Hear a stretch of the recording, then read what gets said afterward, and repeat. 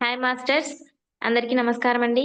ముందుగా మన Shri Shakti pyramid meditation ఛానల్కి అందరికీ స్వాగతం సుస్వాగతం. మన జగద్గురువైన బ్రహ్మర్షి పితామహ పత్రిజీ గారికి, గురుమాత స్వర్ణమాలమ్మకి నా హృదయపూర్వక అనంతకోటి పాదాభివందనాలు. అలాగే ఈరోజు మనకు జ్ఞానాన్ని అందించడానికి విచ్చేసిన గాయత్రి మేడం గారికి, జూమ్ సెషన్ ద్వారా యూట్యూబ్ ద్వారా వీక్షిస్తున్న మాస్టర్స్ అందరికీ నా హృదయపూర్వక ఆత్మ ప్రణామాలు తెలియజేసుకుంటున్నాను మాస్టర్స్. ముందుగా మనమంతా ప్రతి నెల ఇది అహింసాయుత భూమాత సాక్షాత్కారం కొరకు ప్రతి నెల 11 రోజులు జరుపుకుంటూ ఈ ధ్యానాన్ని మనం జరుపుకుంటూ వస్తున్నాం మాస్టర్స్. అలాగే ఈ నెల కూడా మనం 11 రోజులంటూ అహింస అహింసపై జగత్ అహింసా జగత్పై ఈ అవగాహన చర్చ అన్నది జరుపుకుంటూ వస్తున్నాం మాస్టర్స్. ఈ రోజు మనకు జ్ఞానాన్ని అందించడానికి గాయత్రి మేడం గారు సిద్ధంగా ఉన్నారు. ముందుగా ఒక 11 నిమిషాలు మనం మెడిటేషన్ చేసి తర్వాత మేడం యొక్క జ్ఞానాన్ని అందుకుందాం మాస్టర్స్. ఓకే మాస్టర్స్, మనమంతా కళ్ళు రెండు మూసి వేళ్ళలో వేళ్ళు పెట్టి కాళ్ళు రెండు క్రాస్ చేద్దాం మాస్టర్స్. సహజంగా జరిగే ఉచ్ఛ్వాస నిశ్వాసలను గమనిద్దాం మాస్టర్స్.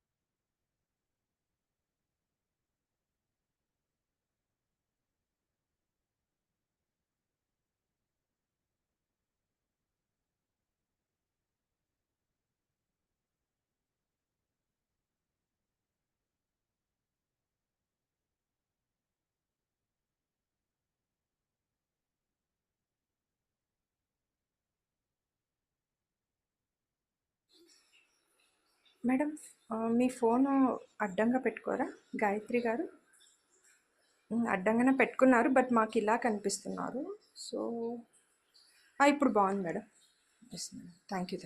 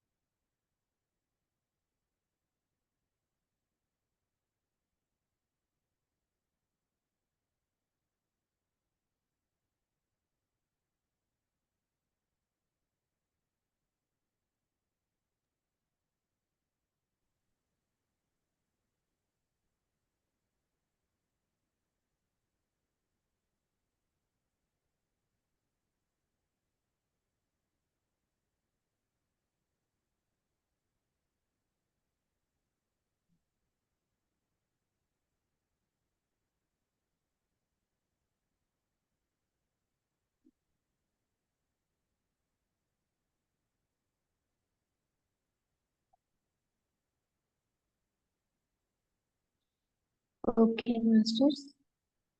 రెండు చేతులు విడదీసి కళ్ళపై ఉంచుదాం మాస్టర్స్. 5, 4, 3, 2, 1, 0. మెల్లమెల్లగా కళ్ళు తెరుస్తూ చిరునవ్వుతో రెండు అరచేతులు చూసుకున్నాం మాస్టర్స్. ఈరోజు ధ్యానానికి కృతజ్ఞతలు తెలుపుకుందాం మాస్టర్స్. మ్యామ్ గాయత్రి మ్యామ్, నమస్తే ma'am. Welcome to Shri Shakti pyramid meditation channel ma'am. Thank you. అహింసా జగత్పై మీ అవగాహన చర్చ గురించి మీ జ్ఞానాన్ని అందుకున్నట్టుకు మేమంతా సిద్ధంగా ఉన్నాం ma'am. Thank you ma'am. Over to you ma'am. Thank you so much అండి. ముందుగా మనందరి గురువుగా ఉంది శ్రీ పితామహ పత్రి గారికి, అలాగే స్వర్ణమాల పత్రి మీకు నా ఆత్మ ప్రణామాలండి. ఎంతో అద్భుతమైనటువంటి అవకాశం ఇచ్చిన శ్రీ శక్తి పిరమిడ్ మేడం గారికి జూమ్ సెషన్ నా ప్రత్యేకమైన ఆత్మ ప్రణామాలు. Thank you masters, thank you అండి. నేను 2014లో ధ్యానంలోకి వచ్చానండి. నా ధ్యాన పరిచయం అక్కడ స్టార్ట్ అయ్యింది. ఎంతో అద్భుతమైనటువంటి ధ్యాన సాధనలో నన్ను నేను అక్కడ తెలుసుకున్నాను అనమాట. అంటే ధ్యానం ఎందుకు చేయాలి, ధ్యానం చేయడం వల్ల ఏ లాభాలు ఉన్నాయి అంటే, ఎంతో దుఃఖంలో ఉన్నటువంటి నేను ధ్యానంలోకి వచ్చిన తర్వాత ధ్యానం ముందు ఎంతో చాలా అన్నింటి కన్ఫ్యూజ్ గా ఉండేదాన్ని, చాలా రకాలుగా ఉండేదాన్ని. అలాంటి టైంలో నాకు ధ్యాన పరిచయం జరిగింది. ధ్యాన పరిచయం తర్వాత నా జీవితాన్ని నేనే మలుచుకున్నాను అనమాట.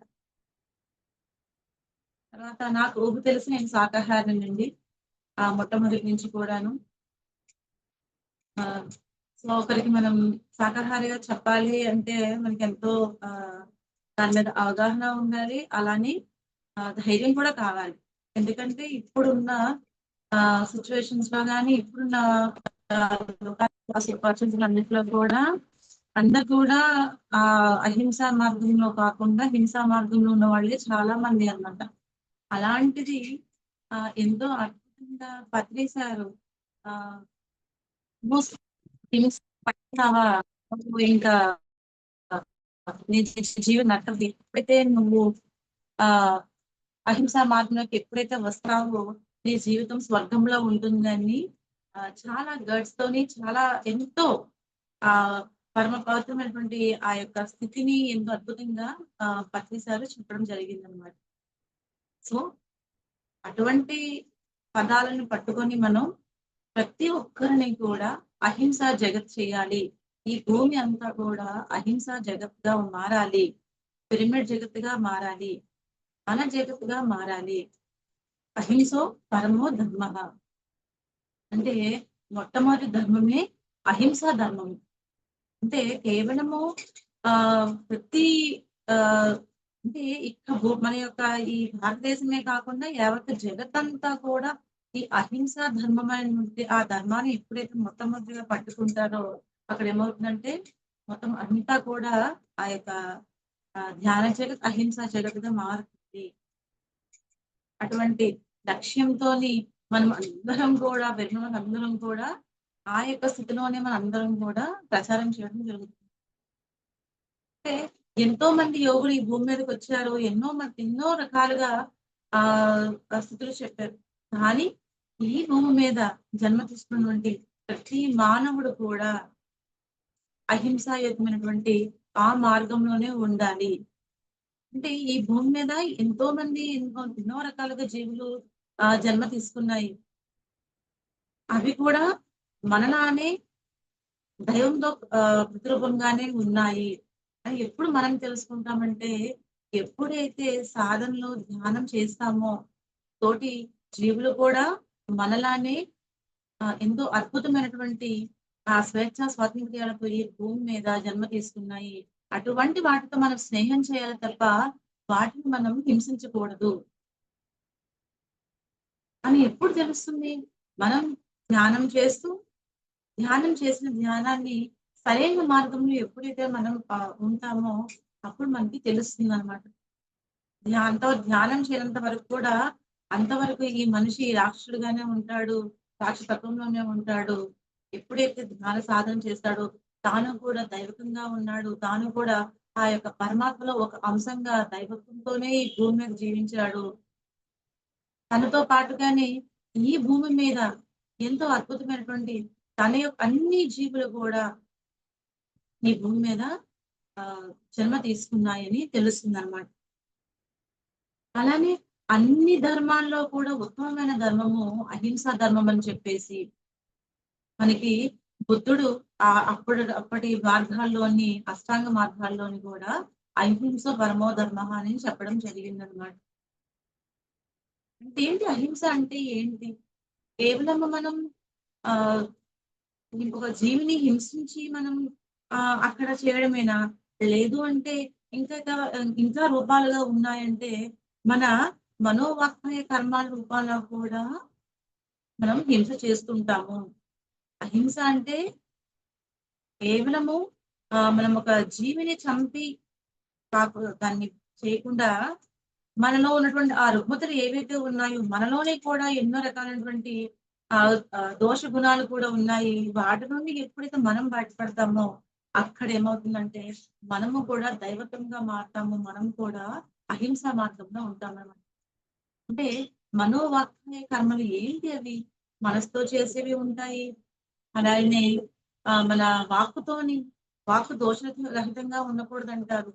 అలానే మన యొక్క కర్మలు అంటే మనం చేసే పనులు ఏవైతే ఉన్నాయో వాటి రూపంలో కూడా మనము హింసగానే ఇంకా ప్రవర్తిస్తున్నామంటే ఇంకా మనం అంటే ధ్యానం చేసినా కూడా ఆ ఇంకా ఎరుకతో లేకుండా అవేర్నెస్ తో లేకుండా ఒక్కొక్కసారి ప్రాపంచికమైనటువంటి మాయలో పడిపోతూ ఎప్పుడైతే ఉంటామో అక్కడ కూడా మనము హింసా ప్రవృత్తిలోనే ఉంటున్నాము అని మనం చెప్పుకోవచ్చు. ఎందుకంటే మనసుతో ఒక మనిషిని ఆ వాడిని ఈ విధంగా చేయాలని భావన మనసులో వచ్చినా కూడా అది కూడా హింసగానే అయిపోతుంది అనమాట. అంటే వాడు బాగుండకూడదు, వాడు ఇలా ఉండాలి, వాడు మనకి అప్పుడు అలా చేశాడు కదా అని ఏంటి వాక్కు ద్వారా చెప్పకపోయినా మనసులో ఏదైతే భావన వచ్చిందో ఆ భావన కూడా హింసయ్య అని చెప్తున్నారు. మనకి ప్రతిసారి ఎన్నోసార్లు చెప్పారు. మన భావన ప్రపంచము, అలానే వాక్ ప్రపంచము, అలాగే కర్మ చుట్టుపక్క క్షేత్రము ఇవి ఏవైతే ఉన్నాయో ఈ క్షేత్రాల్లో కూడా మనము ఎంతో అద్భుతమైనటువంటి స్థితిని పొందాలి. మనము ఎప్పుడు స్థితిని పొందుతామంటే ఆత్మ జ్ఞానాన్ని ఎప్పుడైతే మనం పొందుతామో అటువంటి ఆత్మ జ్ఞానాన్ని పొందినప్పుడు మనం కూడా అక్కడ అహింసా మార్గమైనటువంటి ఆ మార్గంలో మనం ఉంటామండి. అంటే ఇక్కడ ఏంటి ఎంత ధ్యానం చేస్తే అంత ధ్యాన స్థితిలో మనము ఆత్మ జ్ఞానులుగా అవుతాము. ఎంత ఆత్మ జ్ఞానులుగా ఉంటామో అంత అహింసా మార్గంలోకి వెళ్తాము. అంటే మనసులో కూడా ఎటువంటి ఆలోచన రాకూడదు. అలానే వాక్కుతో కోపంతో వాక్ అంటే ఏంటి? ఒకటి మనకి అనుగుణంగా మనకి లేరు అనుకునేటప్పుడు ఏంటి అక్కడ అవుతుంది? మనకు కోపం వచ్చేస్తుంది. ఆ కోపంలో మనకి మన మాట అదుపు తప్పిపోతుంది. మనం ఏం మాట్లాడుతున్నామో తెలియదు. మనం ఏం వాళ్ళకి చెప్తున్నామో తెలియదు. ఇంకా మనం వాళ్ళని ఏం అంటున్నామో కూడా మనకు తెలియదనమాట.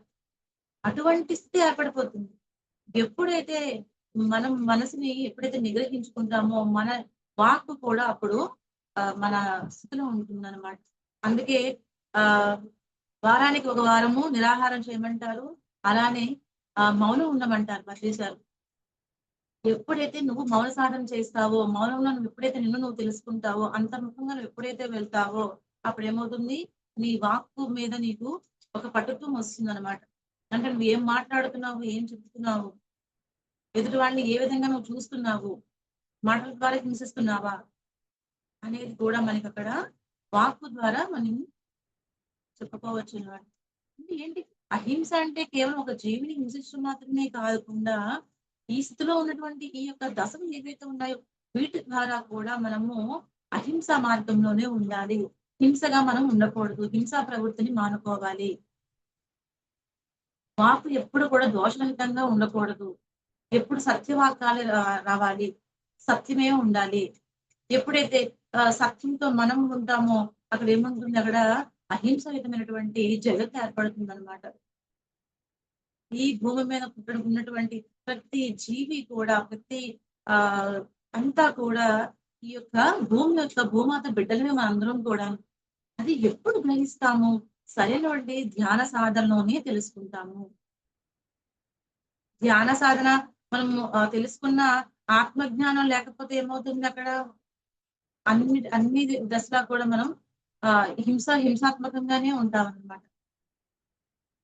అంటే ఎప్పుడైతే ఈ భూమి మీద ఈ జీవిగా నేను జన్మ తీసుకున్నాను, నేను మాత్రమే కాదు, సర్వత్రా ప్రాణులు అన్ని కూడా ఈ భూమి మీద జన్మ తీసుకున్నాయి. అంటే ఈ భూమాత మన అందరికి కూడా తల్లి లాంటిది అని ఎవరైతే గ్రహిస్తారో వాళ్ళు సరైనటువంటి మార్గంలో ఉంటారన్నమాట. అంటే మనసు ద్వారా చేయకుండా, వాక్కు ద్వారా చేయకుండా, అలాగే కర్మలు. అంటే ఏమిటి కర్మలు? పనులు ఏమిటి? ఒక మనిషిని మనసుతో మనం బాధించినా హింసనే అవుతుంది. వాక్కుతో మనం ఆ మనిషిని బాధ పెట్టినా అది హింసనే అవుతుంది. అలానే ఒక మనిషిని దెబ్బ కొట్టినా కూడా ఏమవుతుందంటే అక్కడ అది కూడా హింసగానే. మనం చేసే పనులు ఏవైతే ఉన్నాయో, కర్మలు ఏవైతే ఉన్నాయో ఆ కర్మలు కూడా హింసగానే మారిపోతాయి. ఆ కర్మల ద్వారా కూడా మనం హింస చేయకూడదు. ఎప్పుడైతే మనం అహింసా మార్గయుతమైనటువంటి ఆ మార్గంలో ఎప్పుడైతే ఉంటామో, ఈ యొక్క సత్యాన్ని ఎప్పుడైతే మనం తెలుసుకుంటామో, మనం ఎప్పుడైతే ఆత్మజ్ఞానస్తులే మనం ఉంటామో ఏమవుతుంది? అహింసా జగత్తు ఏర్పడుతుంది అనమాట. మనం చాలా ఆ చెప్పుకుంటే చాలా దాంట్లోని కురుక్షేత్ర యుద్ధం జరగడానికి కారణం ఏమిటి? ఎన్నో కారణాలు ఉన్నాయన్నమాట.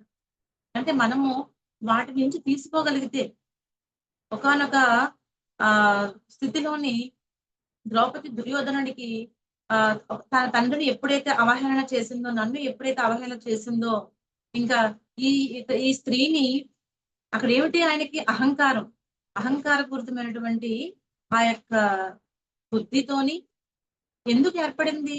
ఎప్పుడైతే ఈమె తన యొక్క వాక్కు ద్వారా ఎప్పుడైతే అతన్ని బాధ పెట్టిందో అక్కడ ఏమైంది? కురుక్షేత్ర యుద్ధానికి దారి తీస్తుంది అనమాట. అంటే మన వాక్కు ఎంతో అద్భుతమైనటువంటి స్థితిలో ఉండాలి. అక్కడ యుద్ధం జరిగిందంటే ఎన్నో వేల మంది, ఎన్నో లక్షల మంది అక్కడ ఆ కురుక్షేత్ర యుద్ధం జరగడానికి ఎన్నో మంది ప్రాణాలు కోల్పోయారు. అంటే అదేమిటి? హింసా ప్రవృత్తే కదా. అంటే అక్కడ సరైనది ఏమిటి లేదు అక్కడ. సరైన వాక్కు లేక అక్కడ అక్కడ ఉన్నటువంటి ఆ స్థితిలోని ఆ యొక్క హింసా ప్రవృత్తిలో ఆమె ఏమైతే ఆ మాట ద్వారా వచ్చిందో అక్కడ మొత్తం అంతా కూడా కురుక్షేత్ర యుద్ధం జరగడానికి అయిందనమాట.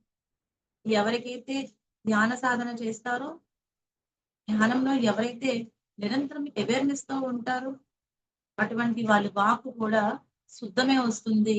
వాక్ క్షేత్రంగా అక్కడ ఎప్పుడైతే మనం దాన్ని సరి చేసుకుంటామో అక్కడ సత్యమే అవుతుంది. మనకి శుద్ధత్వం వస్తుందన్నమాట.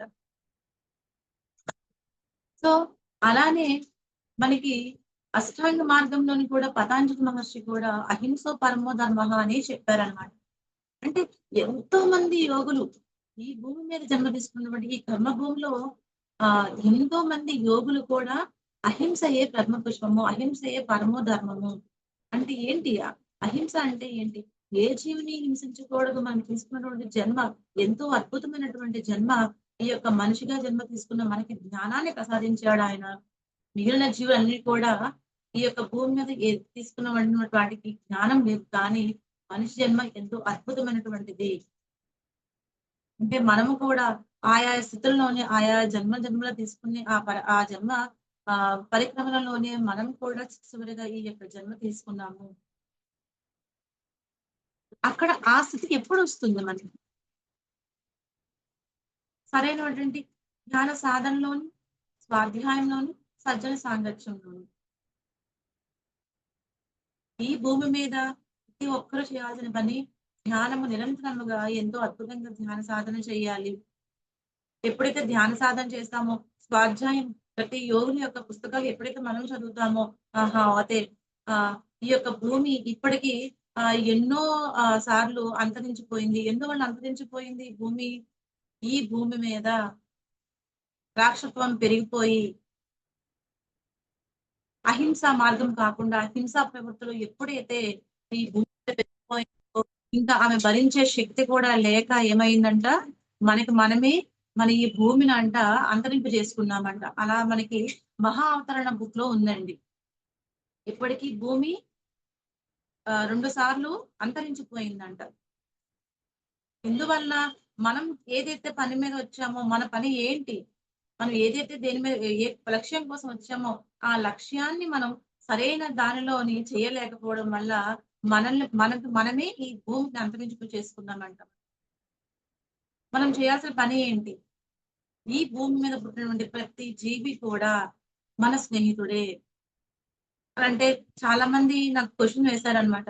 మేడం మీరు ఆహ్, కోడిని చంపొద్దు, మేకని చంపకూడదు అంటున్నారు. మీరు అలా అంటే మరి అవి మనిషి జీవించడానికి మనిషి తినడానికే కదా అవన్నీ కూడా పుట్టాయి అని చెప్పేసి చాలా మంది నాకు అడిగారనమాట. మీరెప్పుడు ఇలాగే చెప్తారండి ఆహ్, అని చెప్పేసి నన్ను చాలా మంది అడిగారు. ఒక్కటే ఈ యొక్క భూమి, ఈ యొక్క ప్రకృతి మాత ఏదైతే ఉన్నాదో కర్మ ప్రక్షాళన ఎలా అయితే చేయాలో ఆమెకు తెలుసు. మనం ఏ జీవిని మనం పుట్టించలేదు. అలానే ఏ జీవిని చంపే హక్కు మనకి లేదు. ఒకానొక జీవిని అక్కడ మనం దాని యొక్క ఏదైనా ఖండిస్తే మళ్ళీ అది రీజనరేట్ అవ్వదు. సో, దాని యొక్క కర్మకు కూడా మనమే ప్రతిఫలం అనుభవిస్తాము.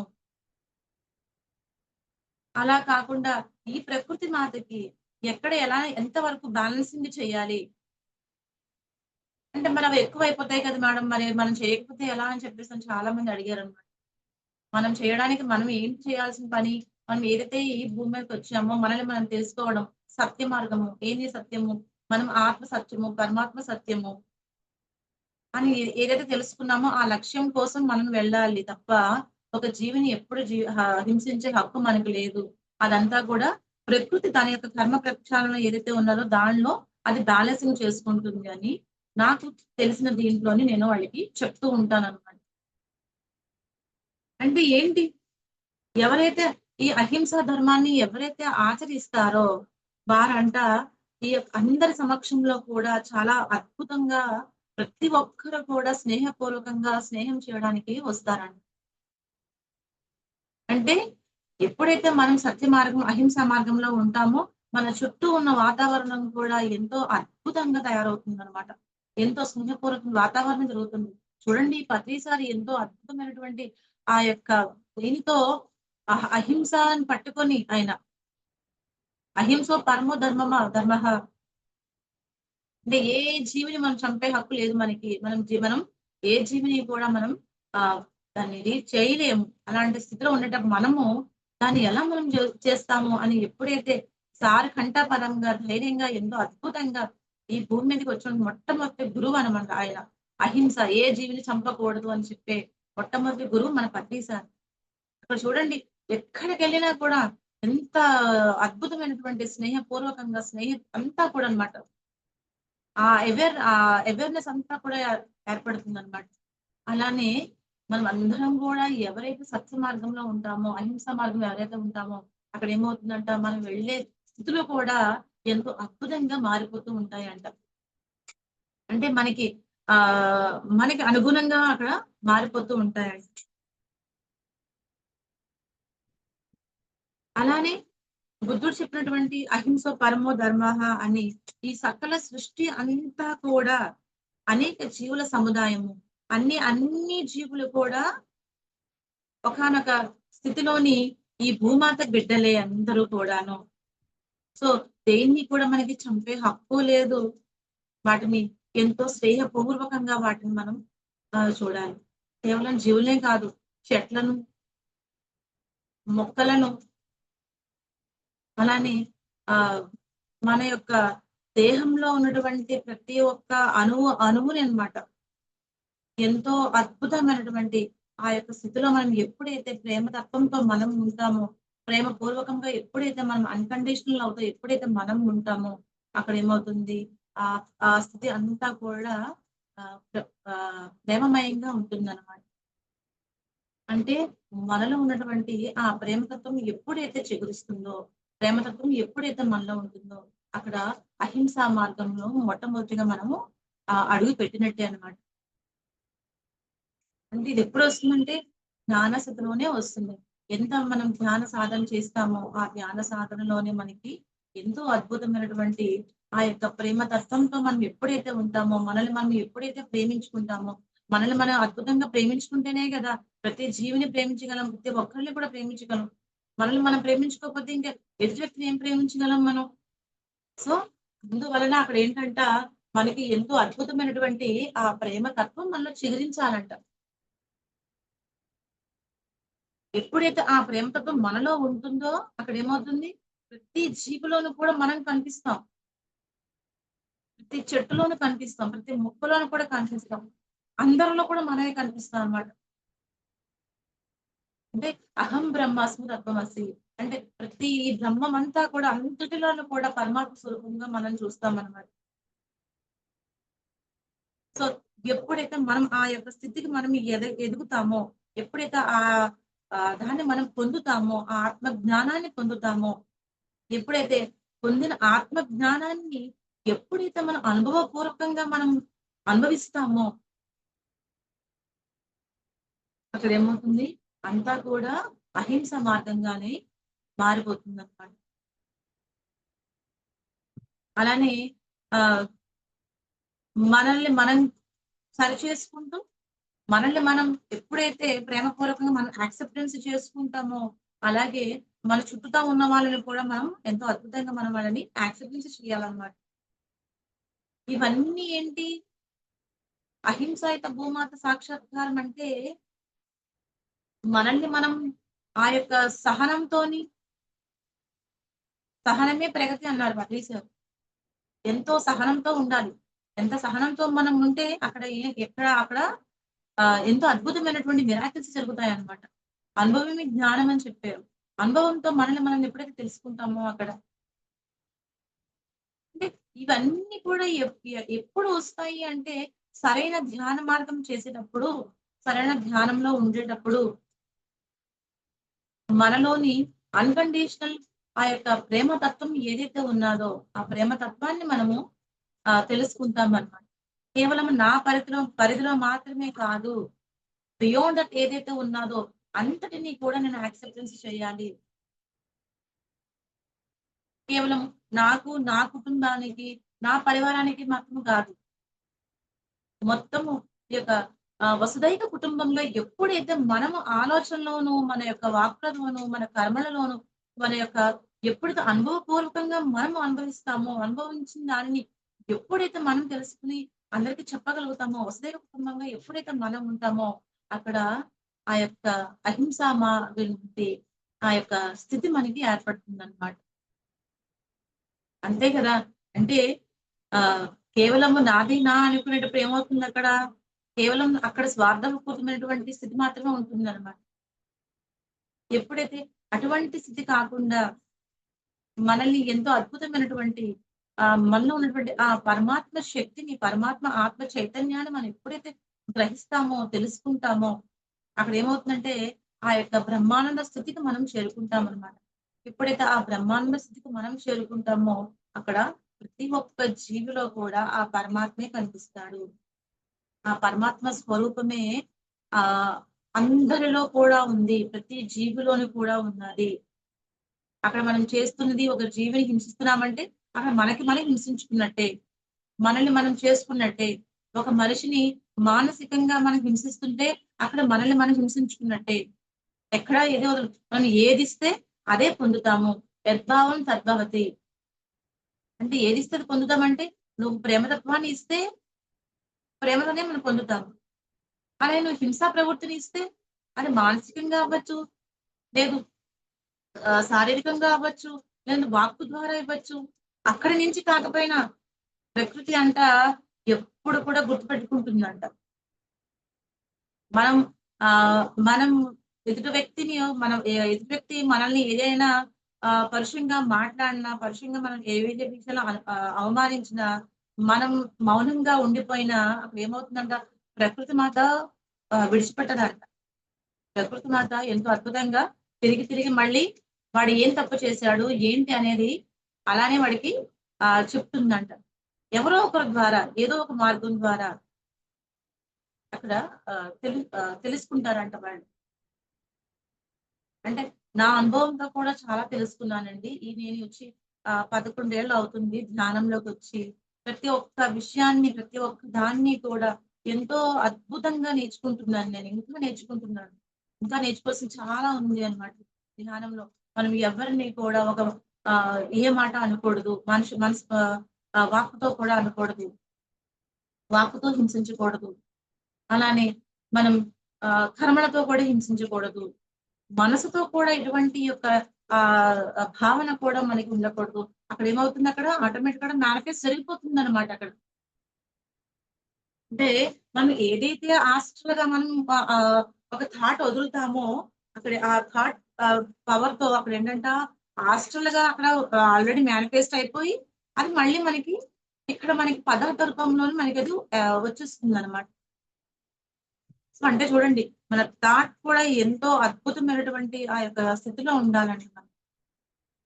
అహింసా జగత్, ప్రతిష్ఠ జగత్, అహింసా జగత్ అంటే ఈ జగత్ అంతా కూడా అహింసా మార్గంలో ఎంత అద్భుతమైనటువంటి ఆ యొక్క స్థితిలో మనం ఉంటామో అప్పుడు ఖచ్చితంగా జరుగుతుందని చెప్పి ప్రతిసారి చెప్పారు మనం. అలానే అష్టాంగ మార్గంలో కూడా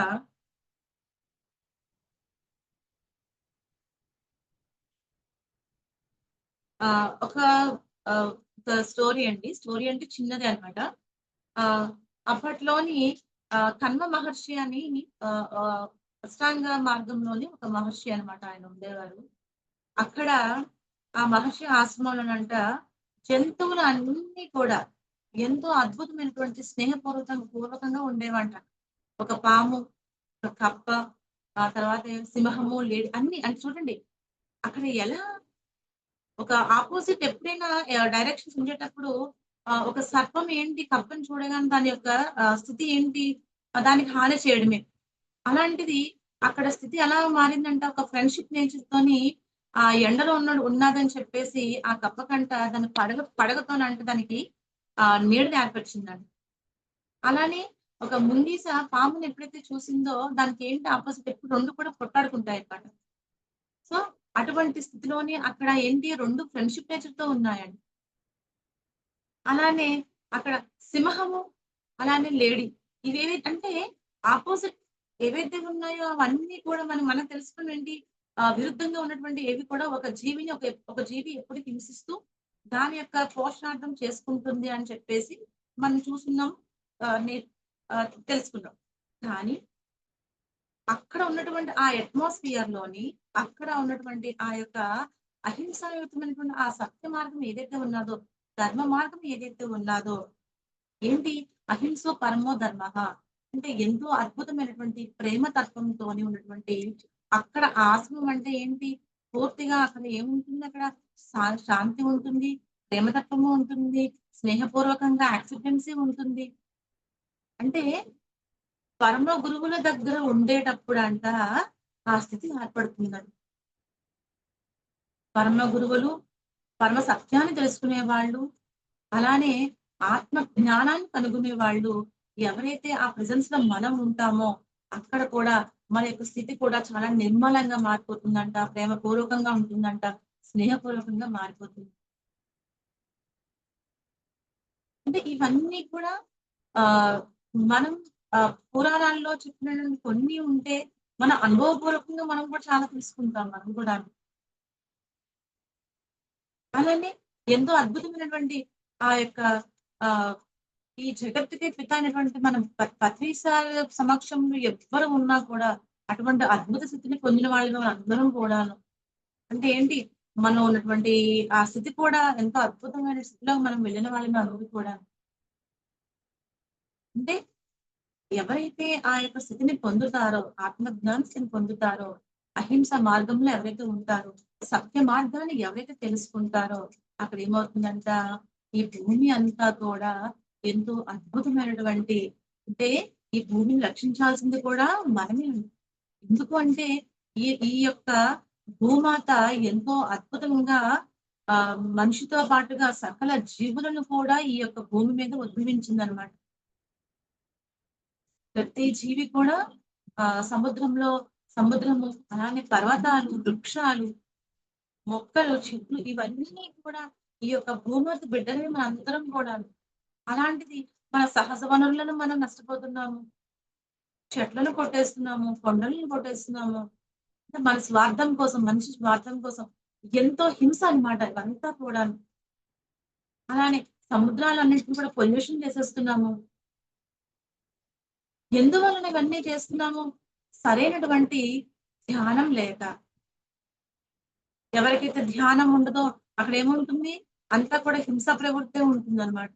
ఎవరైతే ధ్యానం చేస్తారో, ఎవరైతే ధ్యాన మార్గంలో ఉంటారో అక్కడ వాళ్ళకి అంతా కూడా అహింసాయుతమైనటువంటి స్వర్గమయం కనిపిస్తుందన్నమాట. ధ్యానం చేయని వాళ్ళు ఎలా ఉంటారు? ధ్యానం చేసే వాళ్ళు ఎలా ఉంటారు? ధ్యానం చేయని వాడు ఎప్పుడు కూడా చెడు మార్గంలో ఉంటూ, చెడు ఆలోచనలు చేసుకుంటూ ప్రతి ఒక్కరిని హింసిస్తూ, ప్రతి జీవిని హింసిస్తూ ఉంటాడు. ఎవరైతే ధ్యాన మార్గంలో ఉంటారో, ధ్యానం ఎవరైతే చేస్తారో అప్పుడేంటి ప్రతి ఒక్క దానిలో కూడా, ప్రతి ఒక్క దాంట్లో కూడా పరమ సత్యమైనటువంటిది ఆ అహింసా మార్గం అనేటువంటి ఆ సత్యాన్ని మనం తెలుసుకుంటాం అన్నమాట. మనతో ఉన్నటువంటి ప్రతి జీవి కూడా ఎంతో అద్భుతమైనటువంటి మనతో పాటుగానే ఈ భూమి మీద జీవించడానికి వచ్చింది. మహావృక్షాలను కూడా ఇది కూడా ఒకానొక స్థితిలో మనం కూడా ఆ యొక్క జన్మ నుంచి మనం తీసుకుని వచ్చున్నాము. అలాగే సహజ కొండలు కూడా ఎంతో అద్భుతమైన ఆ ప్రకృతిని కూడా నాశనం చేసేస్తున్నాం అన్నమాట. ఎప్పుడైతే ఈ ప్రకృతిని మనం నాశనం చేసుకుంటే ఏమవుతుంది అక్కడ? ఇంకా ఈ భూమాతను మనం ఇంకేం రక్షిస్తాం మనం అక్కడ? సో అందుకు సరైనటువంటి జ్ఞానం ఉండాలి ప్రతి ఒక్కరికి కూడాను. అంతవరకు హిరణ్యకశిపుడుగా ఉన్నటువంటి ఆ యొక్క రాక్షసత్వం ఏదైతే ఉన్నాదో ధ్యానం చేయకముందు, ధ్యానం చేసిన తర్వాత ప్రహ్లాదుడుగా మారిపోతాం అన్నమాట. ప్రహ్లాదుడు ఎంతో అద్భుతమైనటువంటి ఆ యొక్క స్థితి.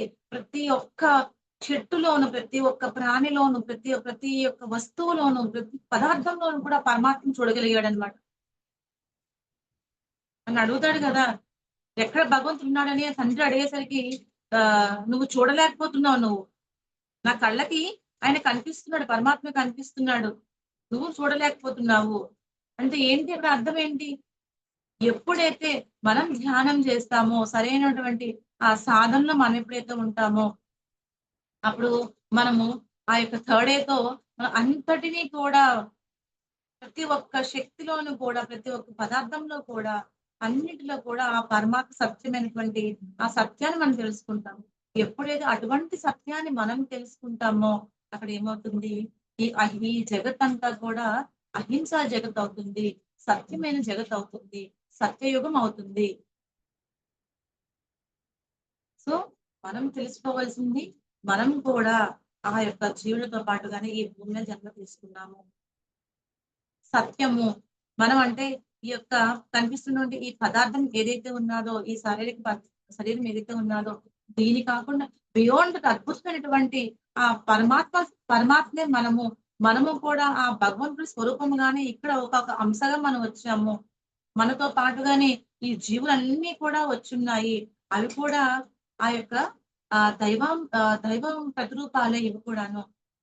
ఎప్పుడైతే అది తెలుసుకుంటామో అక్కడ ఏమవుతుందంటే ఆ జీవి కూడా ఆ పరమాత్మ చైతన్యం ఎప్పుడైతే మనం గ్రహిస్తామో ఆ యొక్క జీవులు కూడా మనం హాని చేయమన్నమాట. దాన్ని తెలుసుకోవాలంటే సాధన, సత్య మార్గము, జ్ఞాన మార్గము, అహింసా మార్గం అనేది ఖచ్చితంగా మనం తెలుసుకోవాలి, నేర్చుకోవాలి. తెలుసుకున్న జ్ఞానాన్ని అందరికీ పంచాలన్నమాట.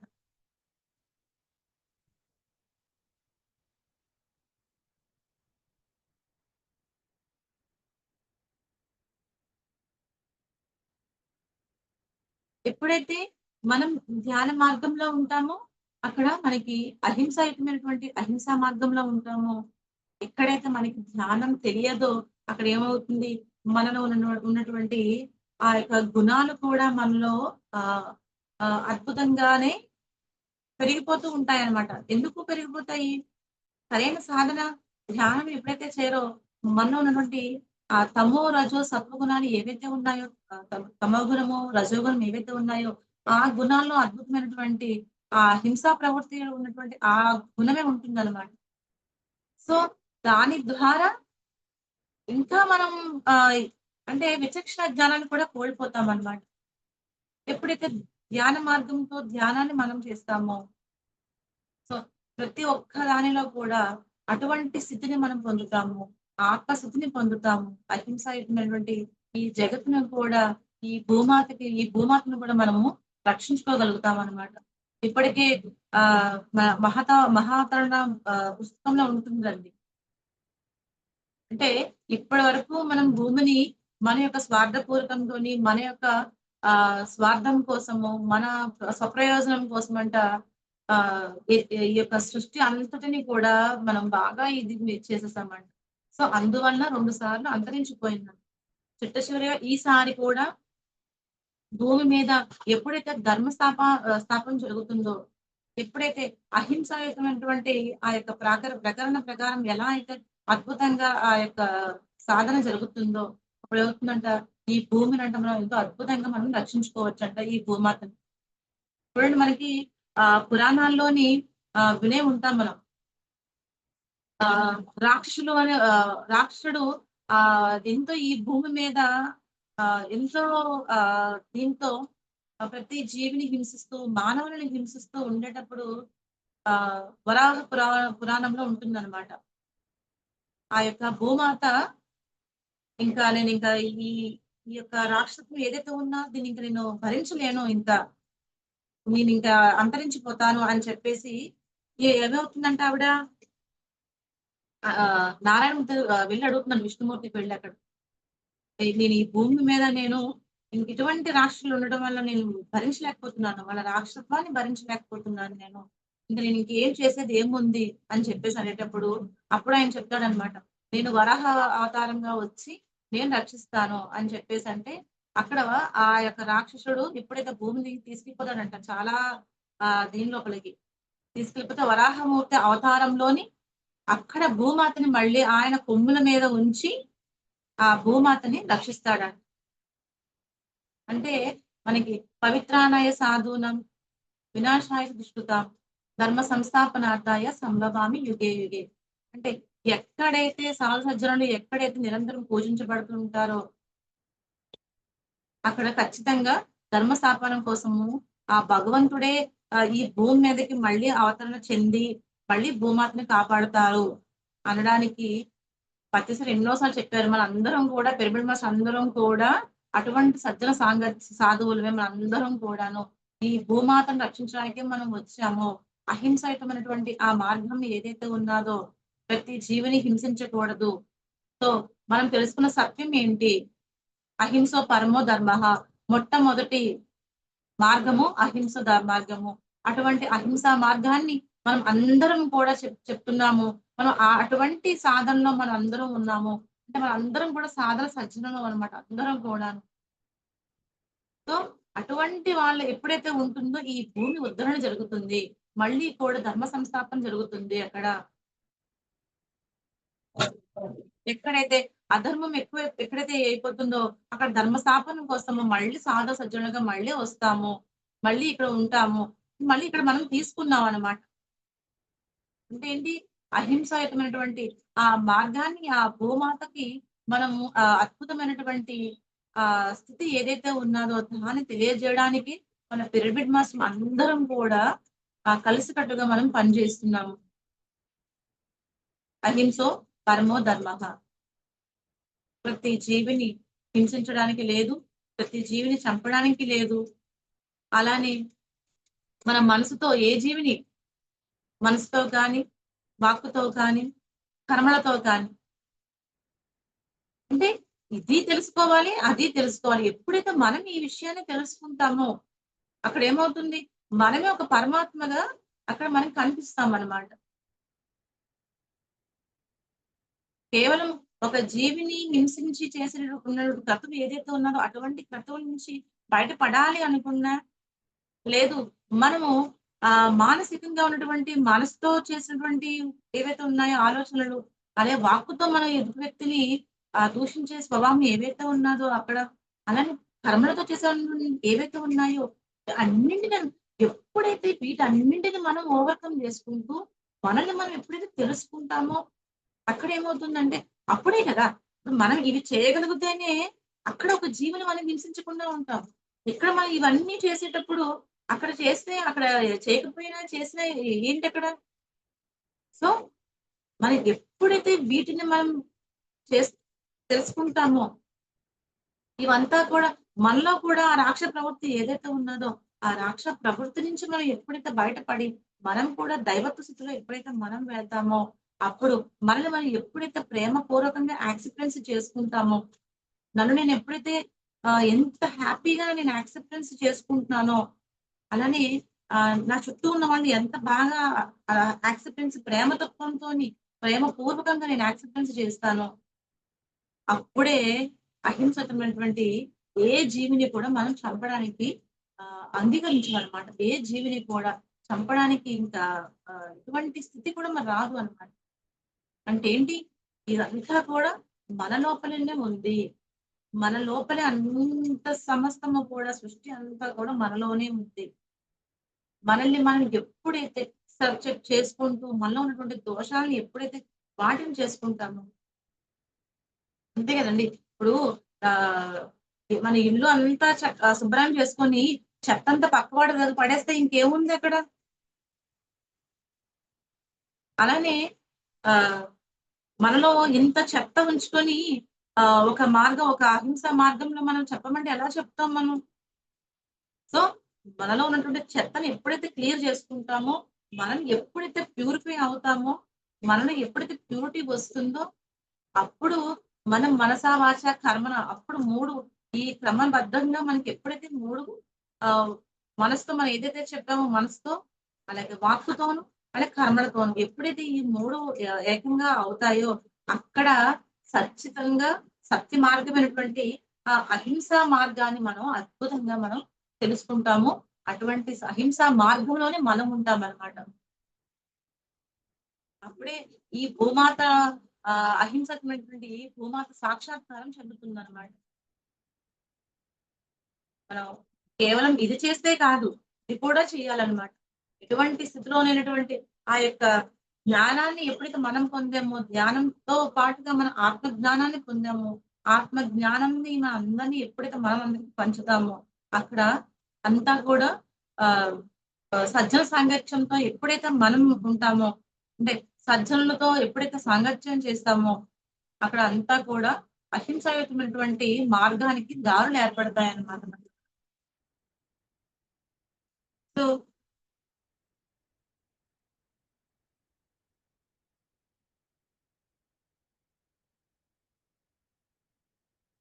అలానే ఆహ్, ప్రతిసారి మనకి అంతా చెప్పారు.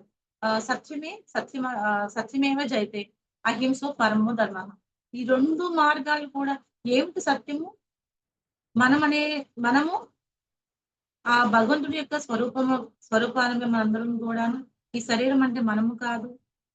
అలా అని చెప్పి మన శరీరాన్ని కూడా ఎంతో అద్భుతమైనటువంటి ఈ ప్రతి అణువులో కూడా ఆ పరమాత్మ స్వరూపం ఉందని చెప్పి మనం ఎప్పుడైతే అనుభవపూర్వకంగా మనం తెలుసుకుంటామో, అక్కడ మనల్ని మనం యాక్సెప్టెన్స్ చేసుకుంటామన్నమాట.